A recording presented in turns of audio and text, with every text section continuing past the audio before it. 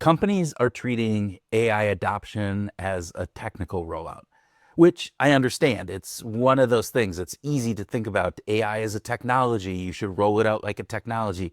But AI is different. And I'm going to argue here that AI needs to be treated as a behavior change problem that focuses in on the employees, on the humans inside of your organization, not just on the technical aspects of that. And here's the reason why. Because AI fundamentally changes how people operate inside of an organization. This isn't just adding another tool into their tool bag. It changes how we connect. It can help in a lot of different ways. It can improve productivity. It can help us be more creative. There are a number of things. But there are some unintended consequences from that. And one of those is that because AI is so fluent, because it sounds so realistic, and it gives really good answers for the most part, is that it can actually decrease teamwork. It can decrease collaboration. Let me give you an example. For a sales team, if I was on a team and I had a question 5 years ago, I'm running into this issue with a client. What do? I ask my team for their ideas, their support. We brainstorm things. They come back to me. We connect. We talk about other things besides just that issue, and we form a bond. Today, I can just go and ask AI, and it gives me a really good answer for most of that. And that is not bad in and of itself. It's bad in the long run because we lose those connections that we have with the teammates that we have. We lose the mentoring component. We lose that relationship with our boss because we often ask our boss those questions, and now we're not asking that. So teamwork decreases, the team culture changes, not always in the best way. And you're not going to see this immediately. You're going to see this over the long run. This isn't oh, tomorrow the world ends. These are slow degradations. They change things over time. So that's one piece. Another piece is because AI is so easy to use, what ends up happening is that people who are not experts in an area can ask AI to create something for them, a report, analysis, a training program, a program, whatever it would be, and they don't have the skill set, the experience, or the knowledge to be able to look at the output and say, is that output correct? Is it absolutely on? Or is it off a little bit? Or is it off a lot?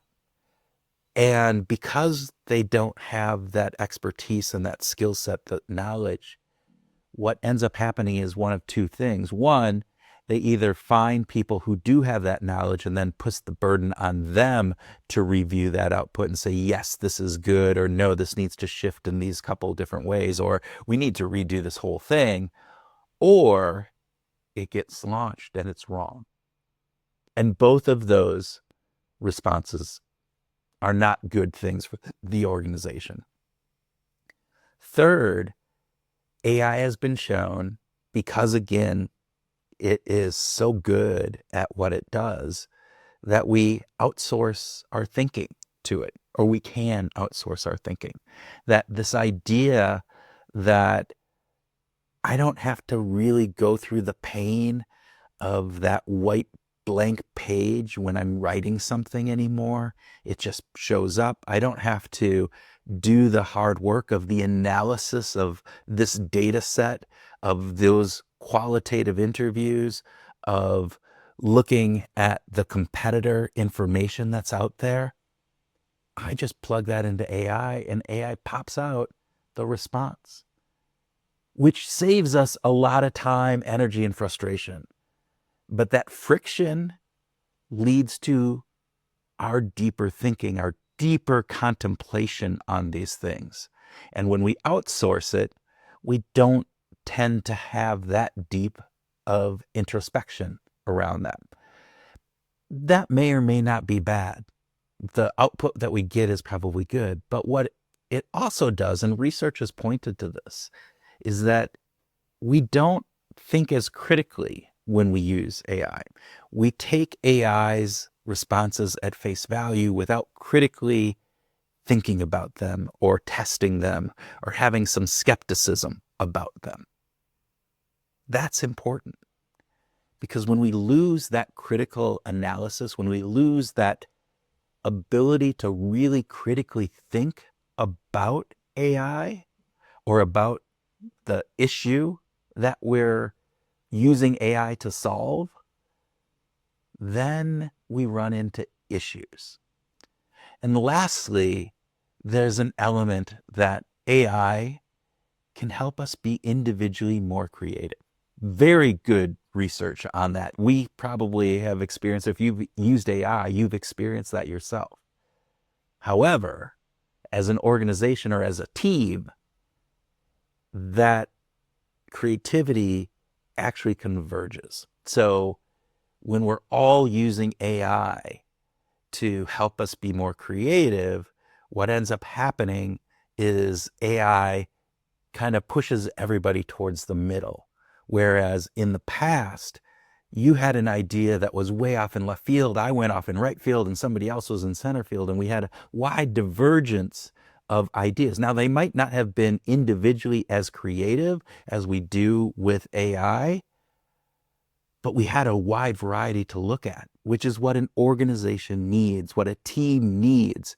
We don't need everybody kind of coalescing around more creative ideas that are just around center field. We need a left field approach. We need a right field approach. We need a bunt. We need all sorts of different types of ideas, because that's what creates that differentiation.